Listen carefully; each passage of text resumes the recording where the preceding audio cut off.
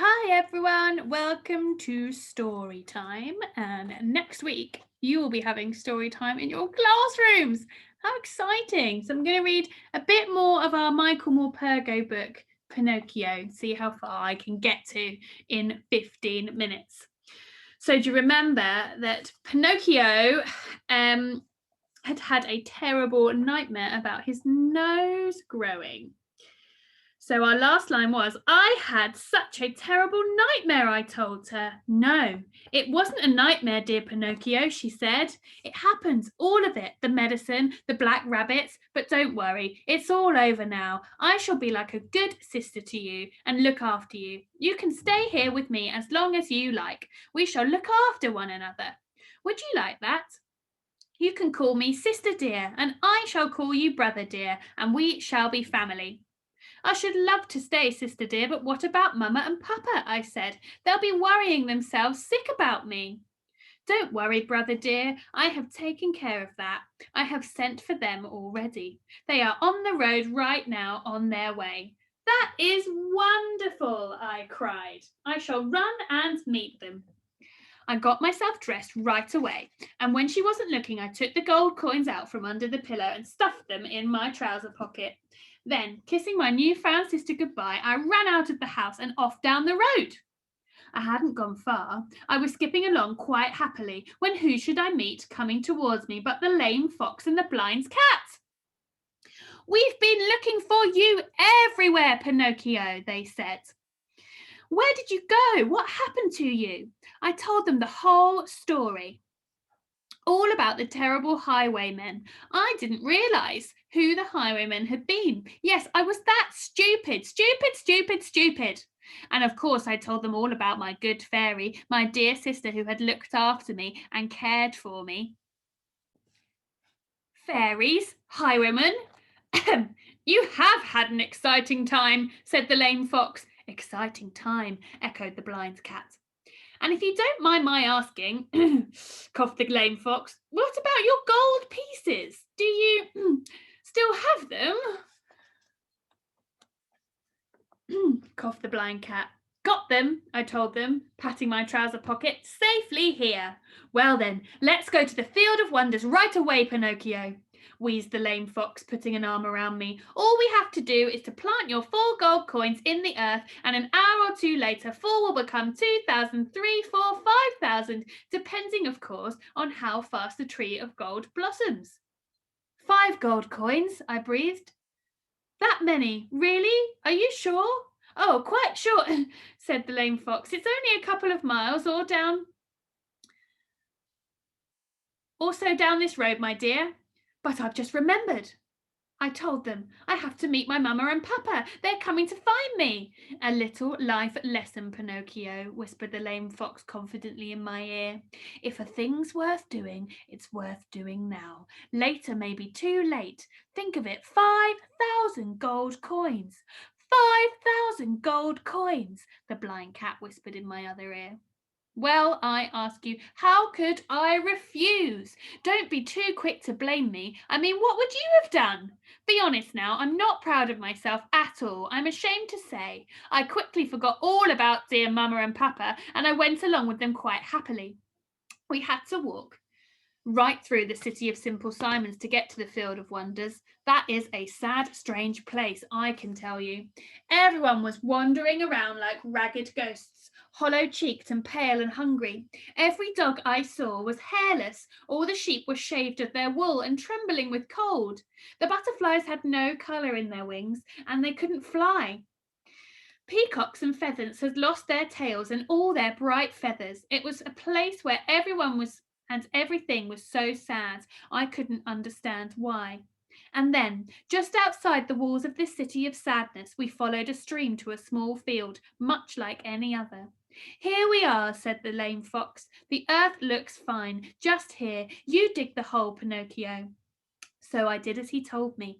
With the lame fox and the blind cat looking over my shoulder, I planted my gold coins and covered them up with earth. Now, said the lame fox, go down to the stream, fill your shoes with water, Pinocchio, and sprinkle it on the earth. And in an hour or two, believe us, Believe you us, echoed the blind cat. Your tree, continued the lame fox, will be standing there in full leaf, in full golden blossom. In full golden blossom, said the blind cat. They turned to go. And now we must be on our way. We have done our good deeds and made you the richest puppet in the whole country, in the whole world, probably. What more could you ask? I thanked them from the bottom of my heart, tried to persuade them to stay, to let me give them at least some of the gold as a reward for their kindness and generosity. They wouldn't hear of it. So I waved them goodbye and walked down to the stream to fetch the water in my shoes, just as they told me. I came back and sprinkled the water on the earth and then crouched down to wait for the first shoots of my tree of golden blossoms to show. I waited and I waited. Hour after hour I crouched there. Nothing happened. Nothing grew. Chapter 7. In prison and in the doghouse. Ooh, this tree is taking a very long time to grow, I said to myself, but it'll be worth the wait. Imagine Pinocchio, 5,000 coins, maybe more. I'm going to build a great marble palace with my treasure, stables full of horses, cellars of lemonade, and a library too, but not filled with boring old books. No, a library of cakes and sweets and chocolate biscuits. Still crouched there. Still, I dreamed my dreams of a good life and endless riches. But did I see anything grow on this patch of earth? Not a thing. In the end, I dropped off to sleep. Psst! I heard half in my dreams. Psst! I opened my eyes. It was a wriggly worm. Psst! Wake up, little puppety thing. Wake up. He was shaking his head sadly. Who's a silly boy then? He whispered. Worms can only whisper, if you didn't know. I felt like stamping on him and squishing him, but a little voice in my head stopped me, a voice I recognised only too well. Don't do it, the talking cricket was telling me. And for once I took his advice. The next moment I heard a great screeching. I looked up. A big red and green squawking parrot was circling above my head, mocking me, laughing at me. I was so angry I bent down and picked up a clod of earth and hurled it at him. Who's a silly boy then? He squawked.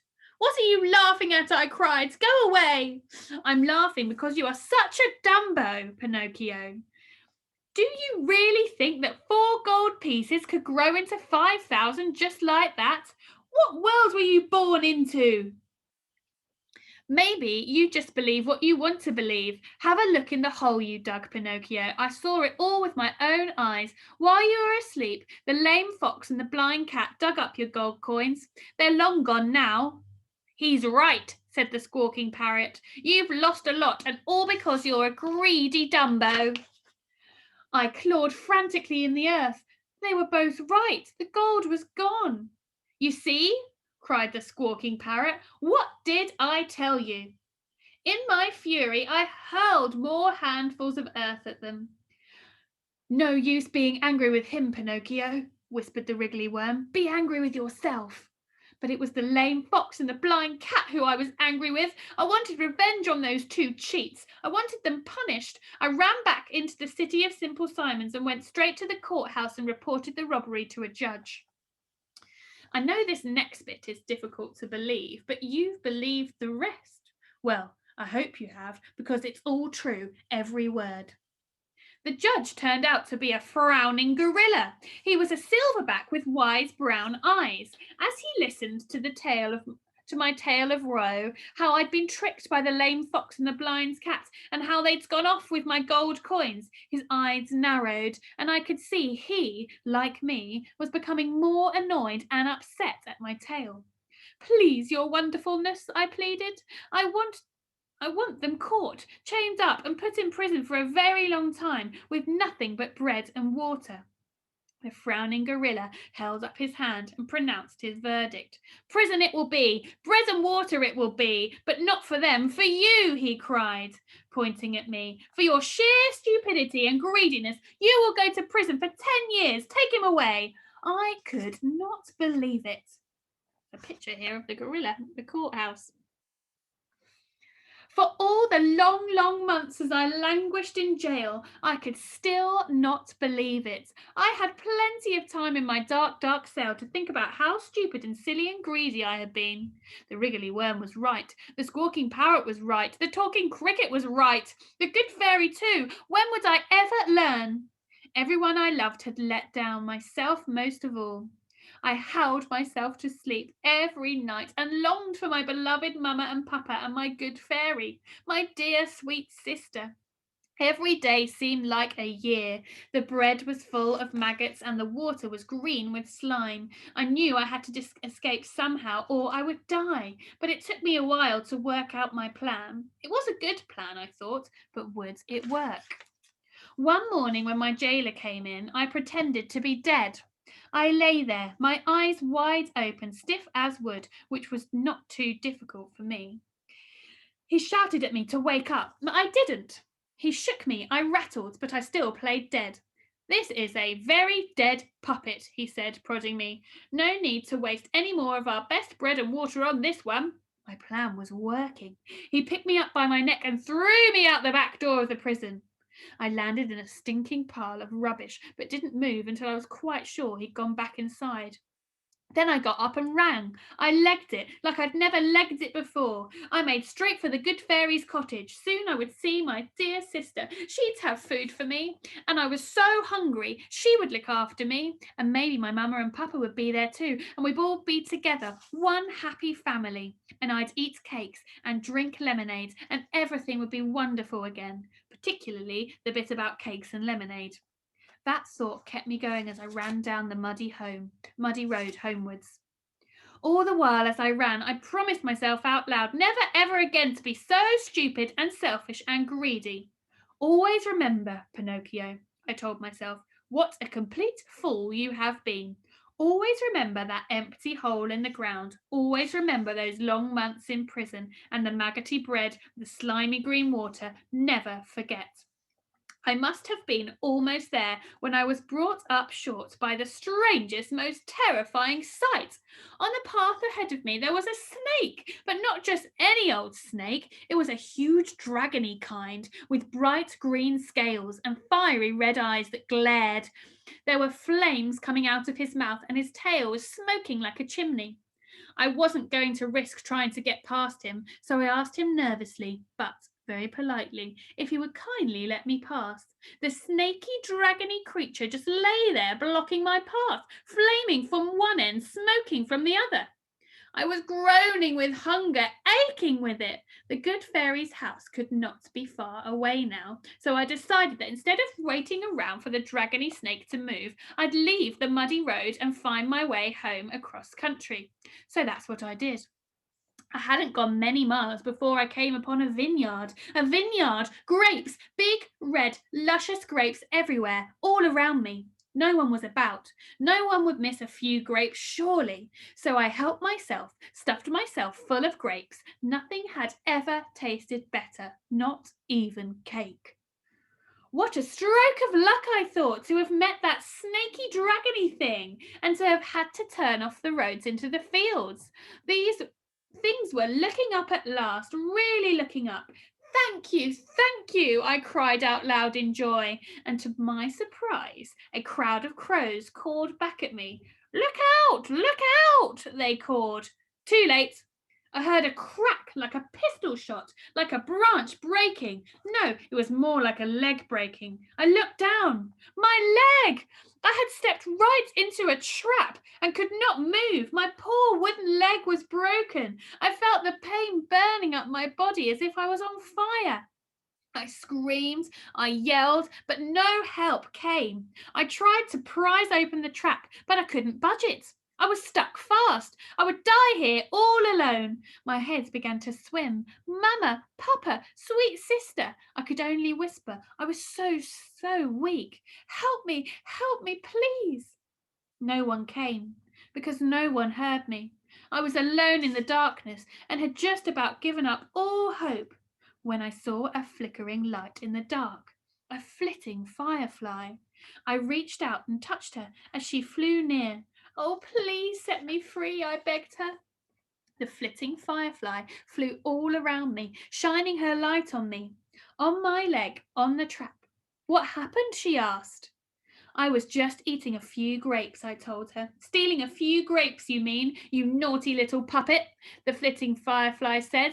But I was hungry, I protested. Why does everyone I meet try to tell me what I should and shouldn't do? You sound just like the talking cricket. Please, might we discuss the rights and wrongs of this later? My leg is hurting me like billy-o.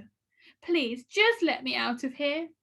That's no excuse for taking what's not yours. You should know that. You must live and learn from your mistakes, said the flitting firefly. That was when I heard footsteps coming towards us through the darkness. This is the farmer whose grapes you were stealing, you naughty little puppet, said the firefly. You'd better ask him to help you, though I see no reason why he should. Here he comes. And sure enough, I saw the light of a lantern dancing towards us through the darkness and heavy feet stomping along with it. Caught you, you rascally weasel, came a gruff voice.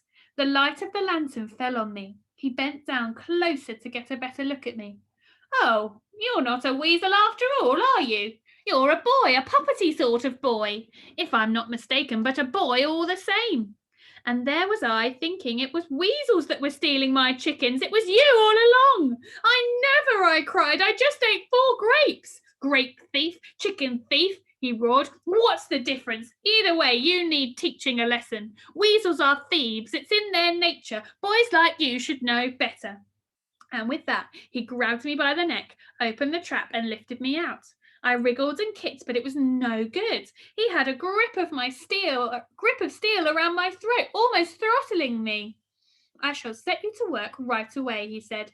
Due punishment for stealing my grapes. Only last week, my poor old guard dog, Melimopo, died.